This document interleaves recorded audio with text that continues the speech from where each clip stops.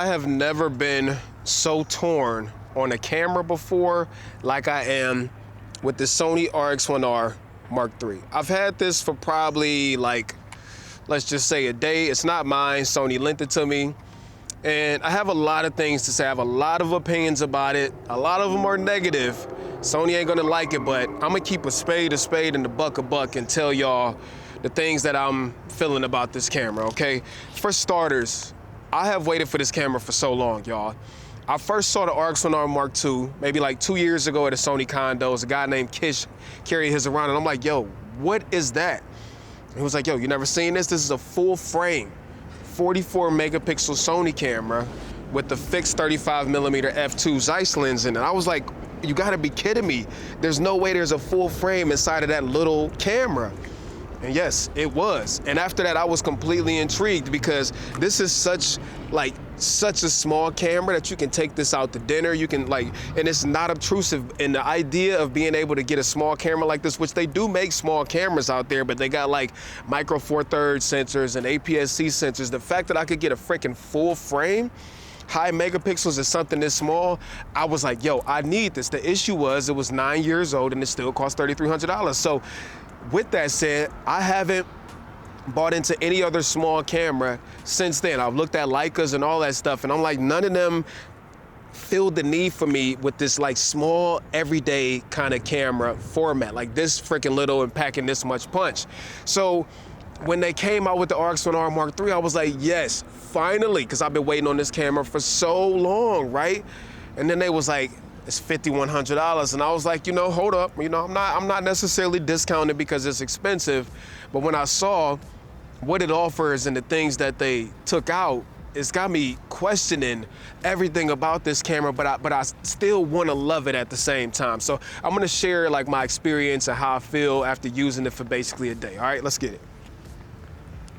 Let me say this first. I don't care how you try to justify it. There's no way that this camera should be $5,100. Absolutely not. I don't care if it's because of inflation.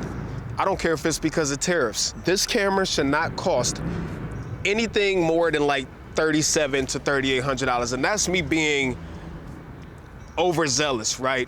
Honestly, I think it should be cheaper than that because by and large, this is nothing new. This is nothing that we haven't seen before. It is essentially the A7CR Mark II crammed into a super tiny body with a whole lot of things removed, okay? And I wanna first say that's not necessarily a bad thing that they keep using the same things over and over. Car manufacturers do it all the time. You see a Hemi engine in 17 different cars. All of those Mopar cars use the same radios and the same steering wheels, etc. And it's the same with Toyota, Lexus, and all these other car manufacturers. So I'm not mad that Sony chose to use parts and systems that they already have. They're great systems and they freaking work. I'm mad when you use those systems, but you take away things that affect the use of the system and then you charge more money, okay? So let's talk about the things that they upgraded from the RX1R Mark II. RX1R Mark II, same deal, had a 44 megapixel. They took the A7R5, A7CR sensor, put it in here. I'm not mad at that. 61 megapixels for a photography camera is bomb, plenty of resolution. I love the new 35-50 or 70mm crop options, although that's just like a glorified APS-C crop on steroids, but it's got the resolution to do it, and it gives you more focal lengths out of the same lens, so W. I'm also not mad about them using the latest and greatest Sony autofocus. I mean, there's people that say, oh, I wish I would have got a Leica or something like that, but you're not getting this type of autofocus in any other small full-frame camera like this. You're just not, buddy. So that's that, and it's even improved. It's got like automatic subject detection, and like birds and planes, trains, aliens, freaking automobiles, roaches, all of that stuff. And it works great. It works like every other Sony autofocus system out there. It is the best that you can get. I'm not mad at that at all. I'm not mad at them putting in a bigger battery. It needed a bigger battery. The RX1R Mark II battery was that tiny little freaking battery that everybody hated. So although this is the same battery that they put in APS-C cameras, I think it's sufficient for, I'm sorry if you can't see that, it's sufficient for a camera that's only being used basically for pictures. You could get 300 to 400, 500 shots out of one battery.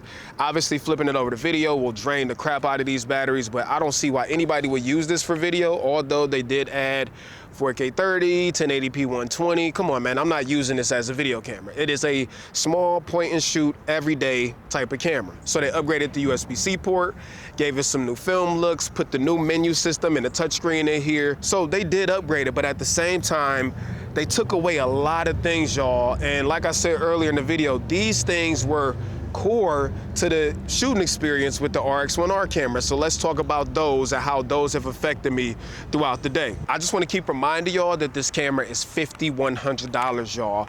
And you can get a Sony A7CR, which is the exact same thing and more, just a little bit bigger for about $2,000 less, you know? So just keep that in the back of your head, all right? Anyways, so they took away some things that in my opinion are very, very core to the experience. Number one, they took away the flip screen. And this has impacted me in a major way when using this camera. Now, sure, we've used cameras in the past that didn't have flip screens, right? But the RX1R Mark II had a flip screen. And as a primary photography camera, I don't care if they put video in it or not, to take away a folding screen, like a tabletop screen on a photography camera when the previous one from 12 years ago had it, is complete nonsense, and then to charge $5 for it. Like, what are we talking about? It has been so annoying, y'all, trying to take photos of things at a higher angle or a lower angle, and then just having to like hope that I have it in frame, you know? Thankfully, the autofocus in here is bomb, so you can trust that whatever you pointed at will be in focus, but when it comes to framing, like, what was wrong with leaving the tabletop screen on here? Sony said it was to save space. I wouldn't have cared if they left the body exactly the same. It was still the smallest full frame camera out there. So that, in my opinion, is a huge missed opportunity, especially when we're talking $5,000, y'all. The next thing, the lack of stabilization. I don't know what Sony was thinking here either. And again, maybe it was a size thing, whatever. 61 megapixels, having that many megapixels in 2025 for $5,000, stabilization should have been a thing, right? I get it has stabilization in video, but let's be real. Nobody's using this for video. I'm not buying this camera for video. I don't even know if it can handle the heat from video or live streaming or anything like that. I'm buying this to be a, again, point and shoot camera. So active stabilization in video for me is pointless, right? And the RX1R Mark II used to have a little dial on the front to control the focus modes. Well, they took that away too. The next thing is, how does using this camera so far actually make me feel? Because feel is something that is a big deal when you're talking about spending this type of money, right? It's the reason why people spend $7,500 on a Leica, because it feels premium. It's the reason why they spend $10,000 on a Hasselblad, because it feels premium. There's heritage behind it. They're known to be like bulletproof, you know what I'm saying? Not bulletproof, but you get what I'm trying to say. They're weather sealed, and they stand the test of time, and they're almost like showpieces. They're like pieces of jewelry.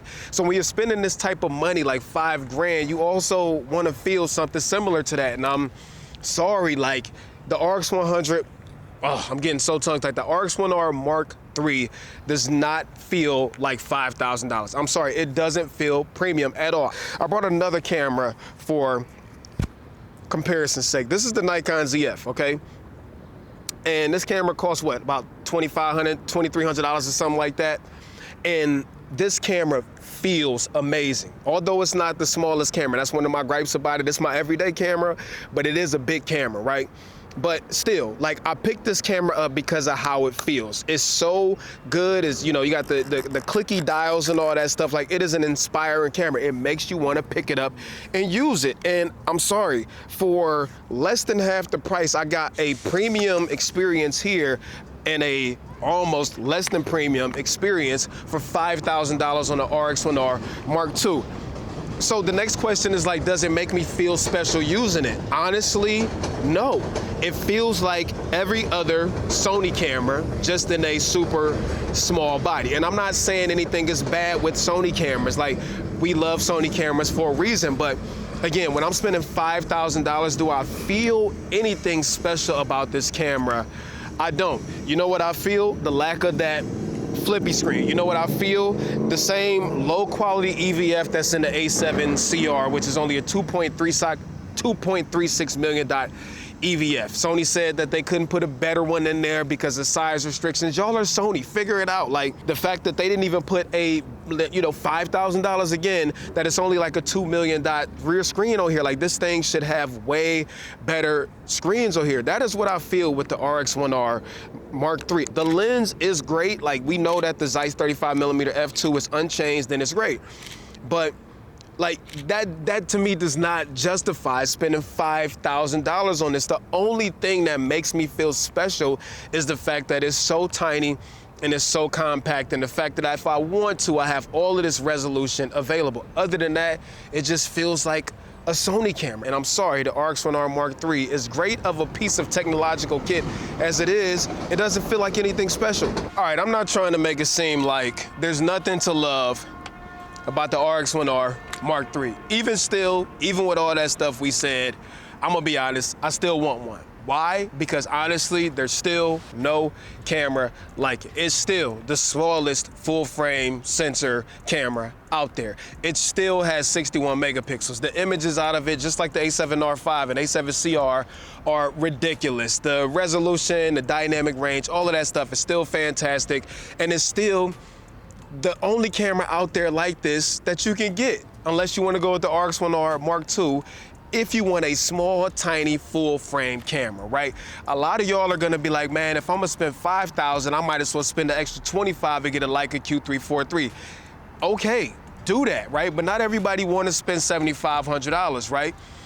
The other thing is, although the Leica definitely has some perks over this still has some perks over a Leica Q3 IV. Way better autofocus, freaking more resolution, all of that other good stuff. I think what Sony was trying to do with this camera is walk into that Leica territory, but to be honest, they ain't ready for that, because this camera does not warrant a $200 freaking grip, okay, or a $300 case or anything like that. A Leica can fetch that price because it's a freaking Leica, and we know what comes along with it. But this does not even feel like a $5,000 camera, so having accessories that expensive also does not seem right. So it seems like Sony was trying to bark up a tree that they wasn't ready for, or they were trying to create a new lane, right? Let me come in lower than Leica, a lot lower than Leica, but give them a more premium experience, but they failed to deliver on that premium experience. Neither here nor there. It goes back to my main point.